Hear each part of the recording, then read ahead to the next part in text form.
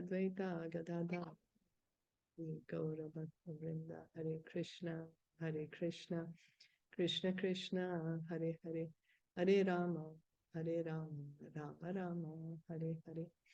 So we're going to continue reading from Srimad Bhagavatam, Canto 6, chapter 12.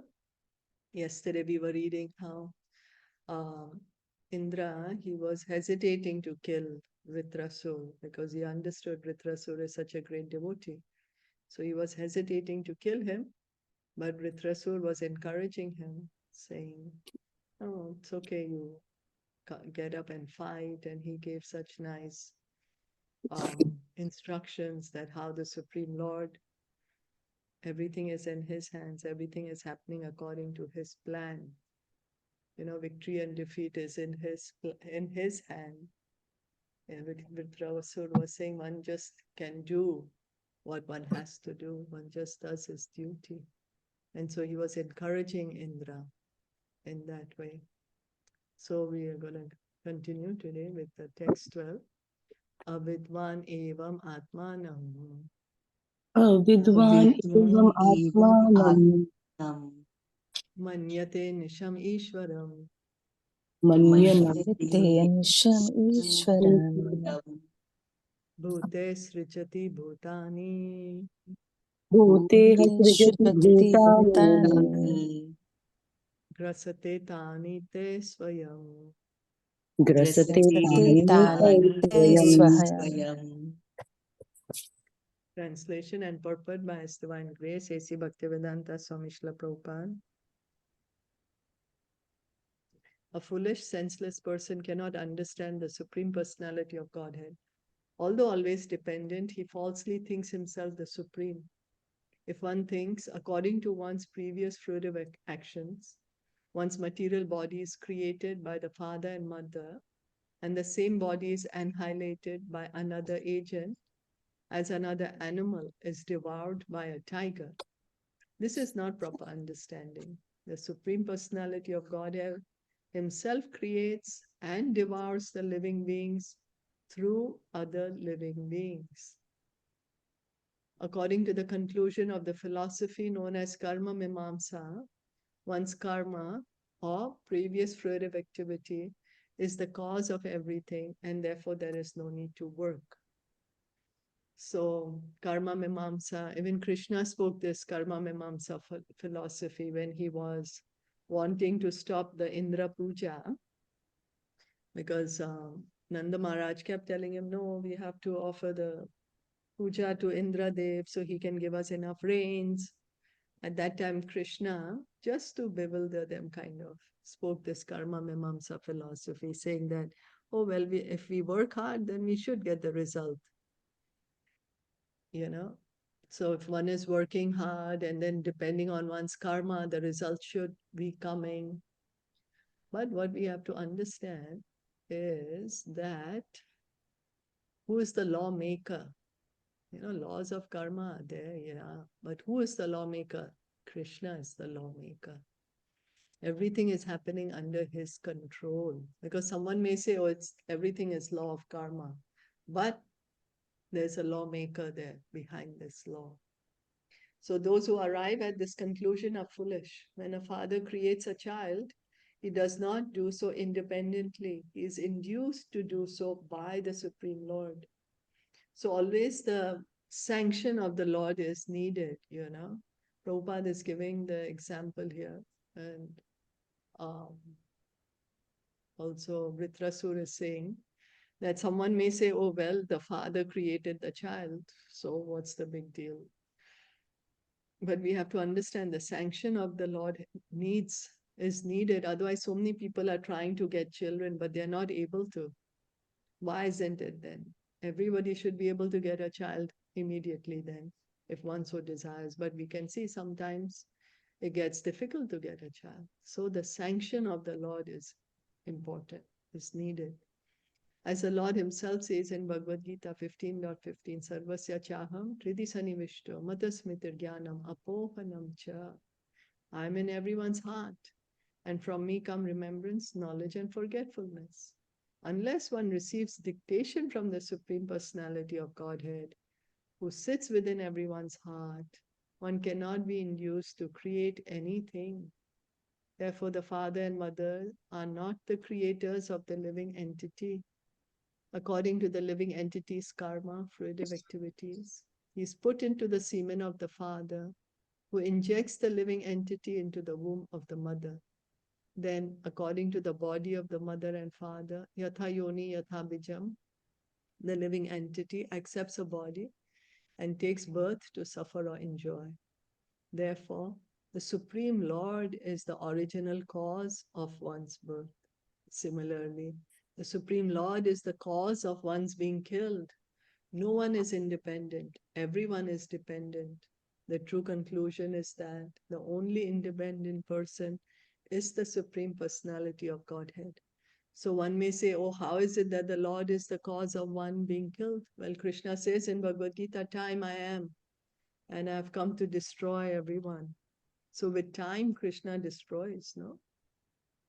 So he creates and he destroys. He decides how much karma one is supposed to get in one life, how much we will be able to bear. He doesn't give us everything at one time. Because imagine if we had, for all the sins we have committed and we had to suffer it in one life, it would be too much. So he decides, who's going to get what in which life. So we are all dependent on the Supreme Lord. Comments? Questions? I just heard in one of the lectures, Hari Krishna Shilpaji, yesterday that for a devotee, like there is no karma. Krishna takes away the karma, but not a pure devotee, just a normal practicing devotee who we are. So, and the other one who are non-devotees, they get the result of their punya and pious activities, what they are doing, their karma, they get the result. If they have done bad, if they have done good, they get according to that. So it was said that for the devotee, Krishna takes away, when you surrender once, Krishna takes away your karma. But sometimes, because we are not pure devotees, right? So then sometimes we forget and then we are involved in the material things. Then he throws a small spark of it, and then again we get bewildered and, oh my God, what I'm doing. And then again, when we get sad, then we run to Krishna. So it was mentioned like this in the Radhesham Prabhu's class. He mentioned that this is how the karma is for a devotee and a not actually devotee, not pure devotee, but a sadhaka, practicing devotee. Yeah. Yes. Thank you. So we can see it's in Krishna's hand, Karma is not ultimate, can be changed. Yes. Thank you. Thank you. So then going on, Ayu Shri Kirtir Aishwaryam. Ayushri Kirti Aishwaryam Ashisha Purushasya Yaha.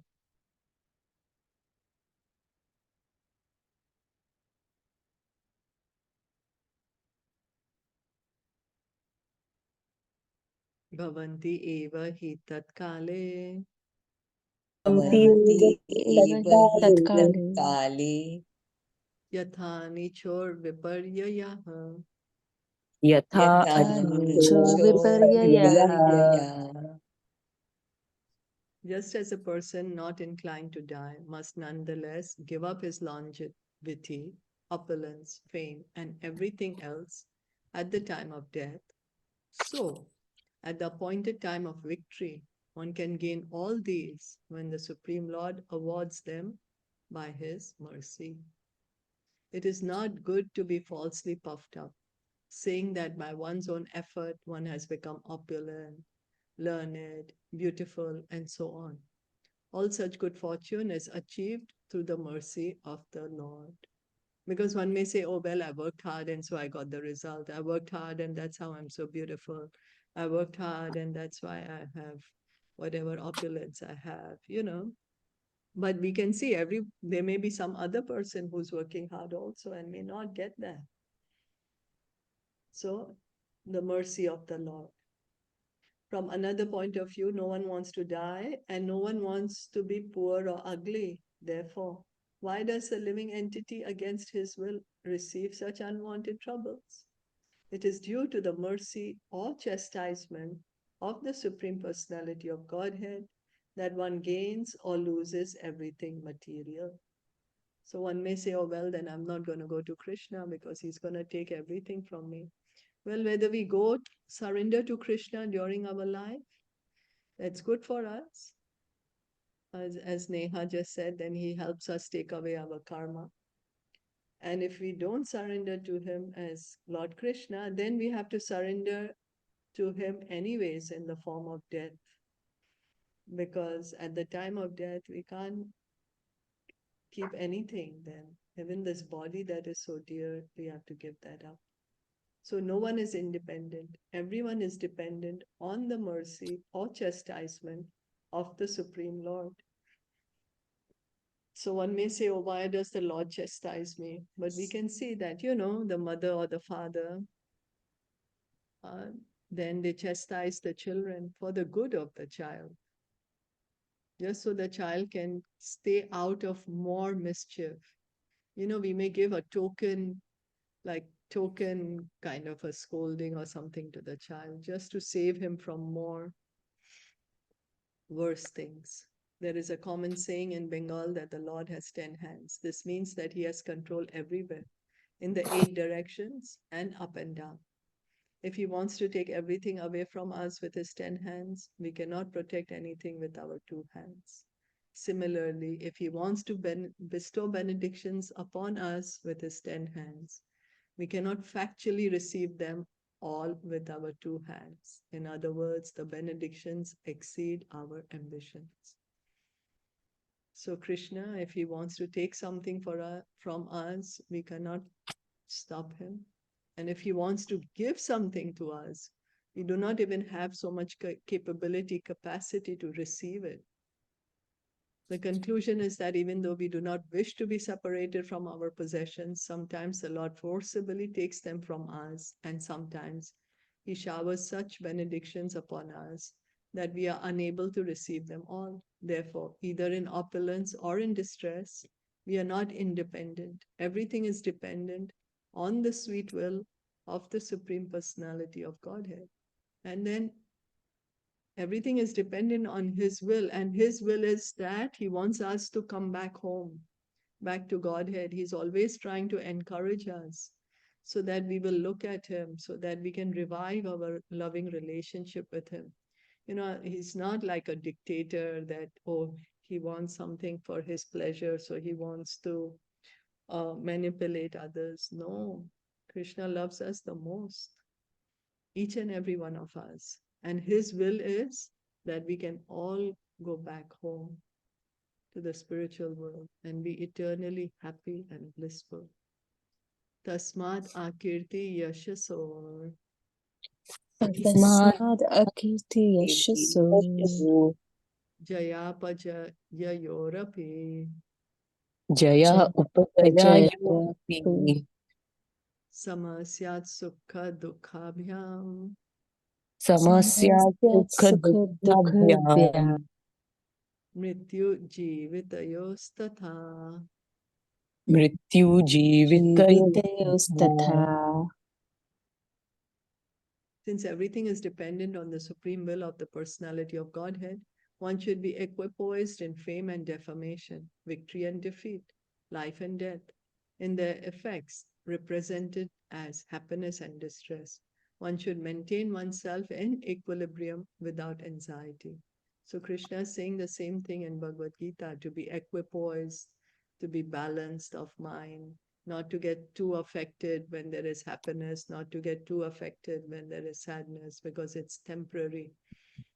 So here, Vṛtrāsura is saying the same thing. It's not easy. It's not easy. But only when we can learn to depend that everything is happening by the will of Krishna, then it can become easy. Because we are thinking it's because of me, because of me. When we put ourselves in the center, then it's difficult for us to be in balance when the dualities of the world come. But if we can learn to depend on Krishna, then it becomes easy. So this is what Vṛtrāsura is saying, depend on the sweet will of the Lord. Sattvam rajas tama iti. Sattvam rajastama iti. Prakrite natmano gunaha. Prakrite Natmano gunaha. gunaha. Tatra sakshinam atmanam. Tatra Sakshinam atmanam. Yo veda sanabhadyate. Yo Veda sanapadyate.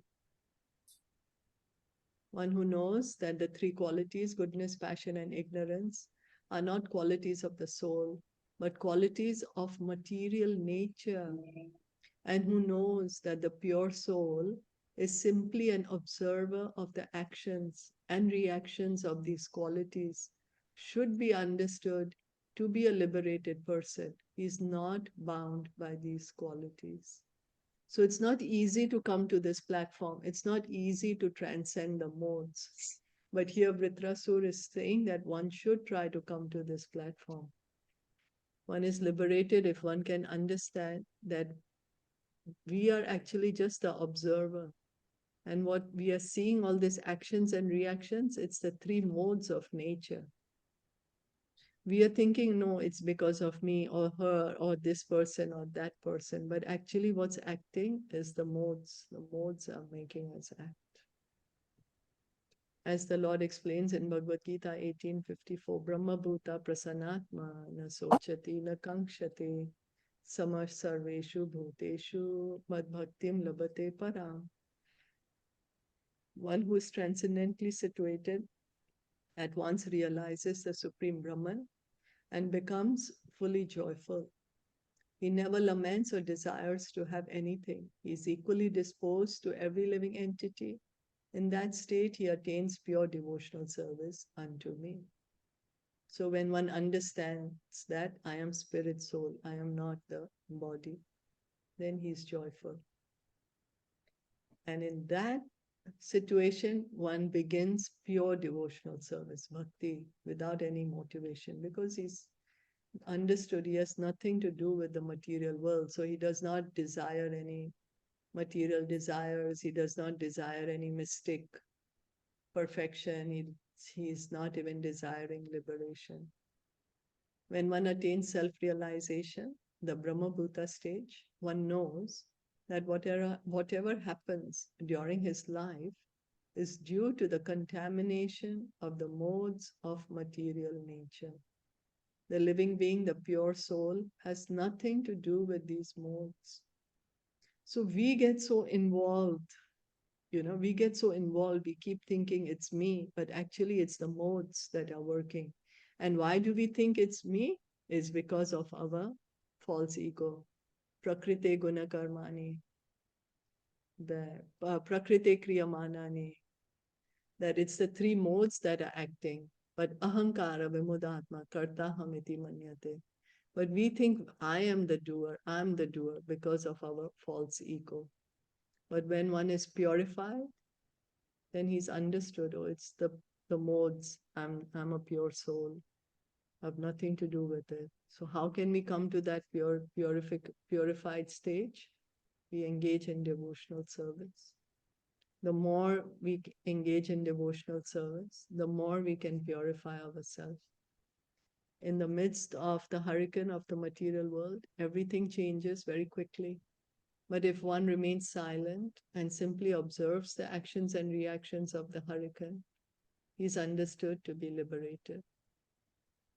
The real qualification of the liberated soul is that he remains Krishna conscious, undisturbed by the actions and reactions of the material energy.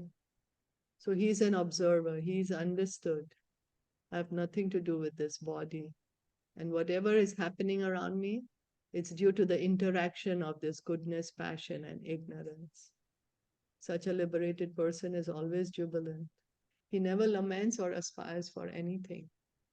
Since everything is supplied by the Supreme Lord, the living entity, being fully dependent on him, should not protest or accept anything in terms of his personal sense gratification. Rather, he should receive everything as the mercy of the Lord and remain steady in all circumstances. So Prabhupada is saying that the mood of the devotee, that the mood of a devotee is he tolerates the dualities of the world, understanding that Krishna is in charge, that one is fully dependent on Krishna, and that everything, he receives everything, understanding it as the mercy of Krishna. Did anyone want to add anything? Comment? Hare Krishna, Shilpa. Hare Krishna. Yesterday, so we spoke about like you do your actions, the duty, but you don't expect the fruit of it, right? Yeah. So that also in that context also here, right? Like we are Yeah. doing, we just do, but we don't, right? That's right. Yes. Yeah. We get attached to the result because we feel I'm Result, doing it, yeah. so I should I'm get doing the this result. and I should get this. Right. Yes. We That's should right. not, right? Yeah. Yeah.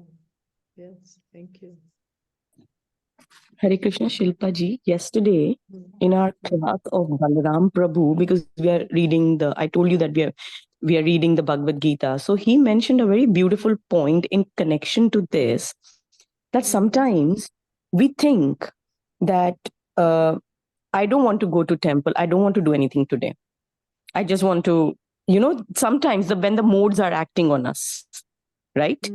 But then he said, this is like how in the context of second chapter we just started, he said this, that how Arjun was in his mood of, like lamentation, and he didn't want to fight. So as for us to understand in that situation, what we should do is we should question that why I don't want to do it. Because he said that when your son falls down, when your child falls down, or your child is in trouble, you cry a lot from your heart. Nobody tells you to do anything. It just comes from your heart. So then there were the three stages, like the sadhana bhakti, the bhav bhakti, and the prema bhakti. So then when you try, when your heart doesn't want to go to temple, you are tired, or whatever the reason, then you talk to yourself that why I don't want to do this, and then try to do, no, I have to do it. So when you slowly do that, then you reach to the level of the prema bhava bhakti. Then slowly your bhav will come, then tears will roll down your eyes, and then the prema will come. So that means that, like, that's how we connected, that the modes will always act on you, but you have to try to get over them. The modes will always act you, and only Krishna can help you. So you have to question yourself in such situations, rather than just thinking that I'm tired and I'll not go and not go. Or rather, we have to push ourselves. Right? Yeah, we have to question, because how can you push when you will question that I have to do it for Krishna? Yeah. I can't. And then when after you do it, after you go to temple and come, and then you feel, oh, so glad. So happy. Right? He feels so blissful that, oh my God, thank God. Yeah. Oh, I lost everyone's. I can't hear anymore. But yes, what Yala saying is so true, Yes, and thank you for sharing such an important point. That's such an important point. Yeah.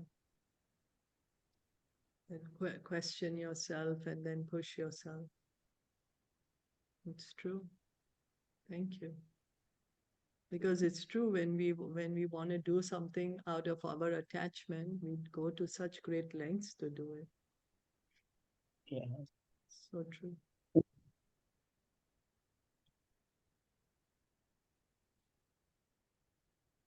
No, I think my connection is not so good. I can't hear. We I'm not can sure hear if you're you. able. We can hear you. Are Yeah. you? We can I hear can you. hear you. Okay, good. Yeah. Okay, thank you. Yes, thank you for that important point. So, And just one more thing. Just sorry, just I'm taking your time. Just one very no, important yes, thing that yes. even Radhesham Prabhu said in his lecture that when your mother slaps you, so that's okay because that's a slap of a love, like, how hard she can hit you. And when an outsider or somebody in angry and when he wants to take revenge on you, when he hits you, that is such a hard hit and you really feel hurt. So, like, either you get hit by Krishna, that is the love hit, or you get hit by the three modes, the Maya. It's up to you. You will be hitten. But when Krishna hits you, that will be a hit of love and you will not even feel it. Because when your mother just hits you, like, pats you, it's like a love. You can feel it. So it is just like that in this material world. So you will be. There is no chance that you can escape it. So it's up to you what you want to get, a love pat of Krishna or a hard pat from the Maya material world. Yeah, that was really so nice. I'm just captured in that class of his. It was so beautiful class. Sorry. Very nice. No, thank you. Thank you for sharing such valuable teachings to us. Thank you. So, then we'll go on. Pashyamam nirchitam shatru. Pashyamam nirjitam Shatru. Vriknya yudha bhujam ride. Vṛtrāna yudham bhujam ridhe. Gahata manam yatha shakti. Ghatamanam Anam yatha shakti. Shakti. Tava prana jehir shaya. Tava Tava prana prana jihishya. jihishya. Oh, my enemy, just look at me. I have already been defeated, for my weapon and arm have been cut to pieces. You have already overwhelmed me, but nonetheless, with a desire to kill you, I'm trying my best to fight. I am not at all morose, even under such adverse conditions. Therefore, you should give up your moroseness and continue fighting. Vṛtrāsura was so great and powerful that in effect he was acting as the spiritual master of Indra. Although Vṛtrāsura was on the verge of defeat, he was not at all affected. He knew that he was going to be defeated by Indra, and he voluntarily accepted that. But since he was supposed to be Indra's enemy, he tried his best to kill Indra. Thus he performed his duty. One should perform his duty under all circumstances, even though one may know what the result will be. So Krishna also says that you do your duty. Don't look at the result. Here Prabhupada is saying the same thing. Vṛtrāsura, he knew he was going to die, but yet he continued doing his duty of fighting. Here Prabhupada is mentioning that Vṛtrāsura is giving instructions to Indra. We can see he's giving very beautiful instructions. So he's become a guru of Indra, because wonderful instructions. And he's not affected. Vṛtrāsura is not affected. His arm is cut off, he's gonna die, and he's kind of in a eagerness, ecstasy of meeting the Lord. Prana glaho yam samara. Pranaglaho ayam samara. Ishva aksho vahana sanaha. Ishva Aksho Shanah. Atra na gyayate musya. Atra Atra gyayate musya. Jayo musya parajayaha. Jayo Jayo musya parajayah. O my enemy, consider this battle a gaming match in which our lives are the stakes, the arrows are the dice, and the animals acting as carriers are the game board. No one can understand who will be defeated and who will be victorious. It all depends on providence. Vṛtrāsura is giving, he's saying, you can see it's like a match going on between us, like a game, gambling match, he's saying. Shri Shukra Vachan. Vṛtrāsura Indro Vrita Vacha Shrutva. Indro Vṛtrāvacha Shrutva Gatalikam Apujayat. Gatalikam Apujaya Grihita Vajra Prahasams. Grahita Vajra Prahasa Tam Aha Gata Vismayaha. Tam Aha Gata Vismaya. Sukadev Goswami said, hearing the straightforward instructive words of Vṛtrāsura, King Indra praised him and again took the thunderbolt in his hand. Without bewilderment or duplicity, he then smiled and spoke to Vṛtrāsura as follows. King Indra, the greatest of the demigods, was astonished to hear the instructions of Vṛtrāsura, who was supposed to be a demon. He was struck with wonder that a demon could speak so intelligently. Then he remembered great devotees like Prahlad Maharaj and Bali Maharaj, who had been born in the families of demons, and thus he came to his senses. Even so-called demons sometimes have exalted devotion for the Supreme Personality of Godhead. Therefore, Indra smiled reassuringly at Vṛtrāsura. So at first, Indra is amazed that how come this demon is such a great devotee? But then he's remembering Prahlad Maharaj, Bali Maharaj, they're pure devotees of the Lord. Indro Vacha. Indro Vacha Indro Vacha. Aho Danava Siddhosi. Aho Dhanava Siddhosi. Yasya te matir idrishi. Yasya Matir Idrishi Idrishi. Bhakta Sarvatmanatmanam. Bhakta Bhakta Sarvatmana Sarvatmanam. Suhridam Jagat Ishwaram. Suridam Jagat Ishwaram. Indra said, O great demon, I see by your discrimination and endurance in devotional service, despite your dangerous position, that you are a perfect devotee of the Supreme Personality of Godhead, the Super Soul, and friend of everyone. So Indra is saying now, oh, I understand you are a devotee. As stated in Bhagavad Gita 6.22, Yam labdva chaparam labham manyate na adhikam tataha yasmin stito na dukkhena guruna api vichalyate. Established in Krishna consciousness, one never departs from the truth. And upon gaining this, he thinks there is no greater gain. Being situated in such a position, one is never shaken, even in the midst of the greatest difficulty.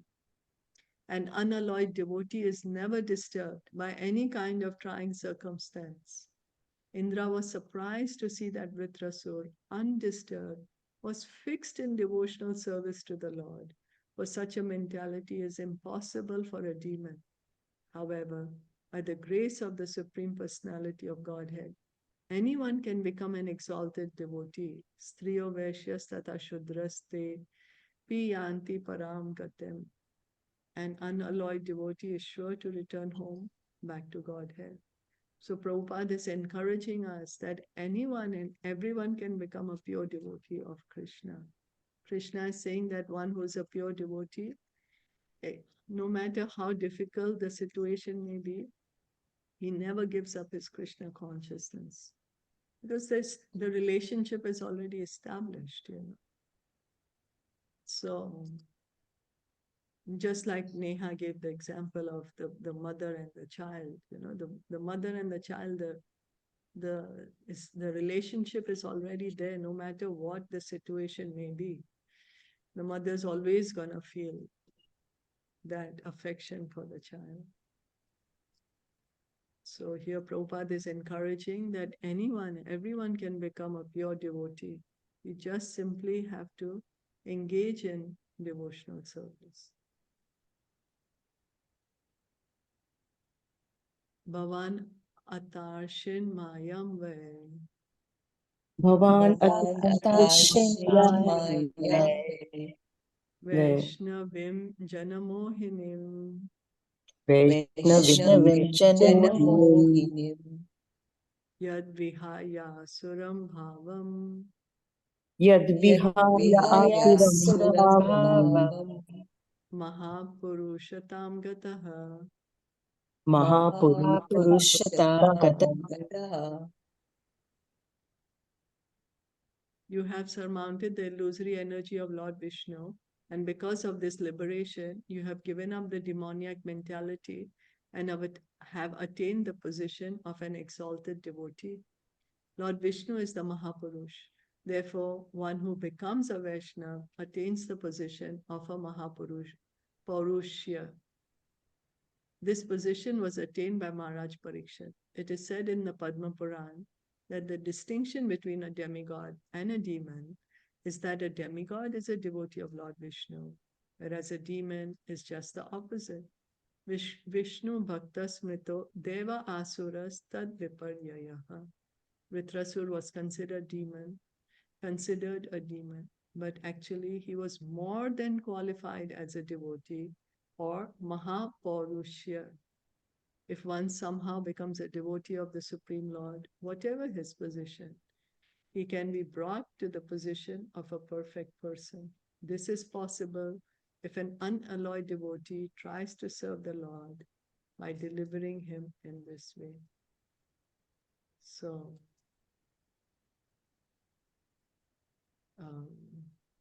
demon and a devotee, demigod.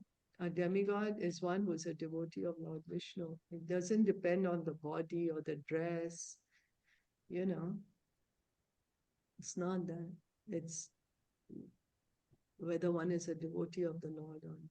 Therefore, Sukadev Goswami says in Srimad Bhagavatam, Canto 2, Chapter 4, Text 18. Kirata Hunandra Pulinda Pulaksha Abhira Shumbhavayavana Khasadaya Yenye cha Papa Yadapashaya Shayaha Shudhyanti Tasmai Pravishnave Namaha. Kiratas, Hunas, Andhras, Pulindas, Pulakshas, Abhiras, Shumbas, Yavanas, and members of the Khasha races, and even others addicted to sinful acts, can be purified by taking shelter of the devotees of the Lord, for He is the supreme power. I beg to offer my respectful obeisances unto Him. Anyone can be purified if he takes shelter of a pure devotee and molds his character according to the pure devotee's direction. Then, even if one is a Kirata, Andhra, Pulinda, or whatever, he can be purified and elevated to the position of a Mahapaurusha. So anyone can become a pure devotee when one takes instructions from a pure devotee, takes shelter of a pure devotee. Mahajano yena gata sapantha. Following the footsteps of the Mahajans, following the instructions of the pure devotee. So if one can follow the instructions of a pure devotee, then one will also become a pure devotee. Bhagavatam says, yes, that's what happens. And Sanatan Goswami says, right? Just Sanatan Goswami or Rupa Goswami? Sukadev Goswami. This is Bhagavatam, but Okay. also Sanatan Goswami or Rupa Goswami says that just as bell metal, when it's touched with mercury or something, it turns into gold. So similarly, one may be born in any family, but when one comes in touch with a devotee, one can become a devotee. Mhm. So Rupa birth Goswami. does not matter, Rupa Goswami. Okay, thank you. So birth does not matter. What matters is that we follow the instructions of a pure devotee so that we can become pure devotees. Did anyone want to add anything more? I'm just wondering how knowledgeable Vṛtrāsura is. Again and again, you're mentioning that he's giving the Gita Pravachan. Last time you mentioned that how beautifully he's telling all the instructions of Gita. And I'm just wondering that Indra Dev must have had a, like, he's also wondrous that, oh my God, how he knows so much. And wow, like this war must have been one beautiful part of, Indra for Indra Dev. Like this never happens on a battlefield. It just happened with Krishna and Arjuna. But here again, it's a beautiful similarity that even Vṛtrāsura is instructing Indradev. So it's such a Nice. beautiful. Nice. Very good. Very good. Yeah. Yeah, because in wars, it never happens, right? And True. this is that one war that it's so beautiful war that, yes, so much Very good. knowledge. Thank you for that. Yeah, for drawing that comparison. So, thank you so much. Srimad Bhagavatam ki jai, Srila Prabhupada ki jai, Gaur Bhakta Vrinda ki jai.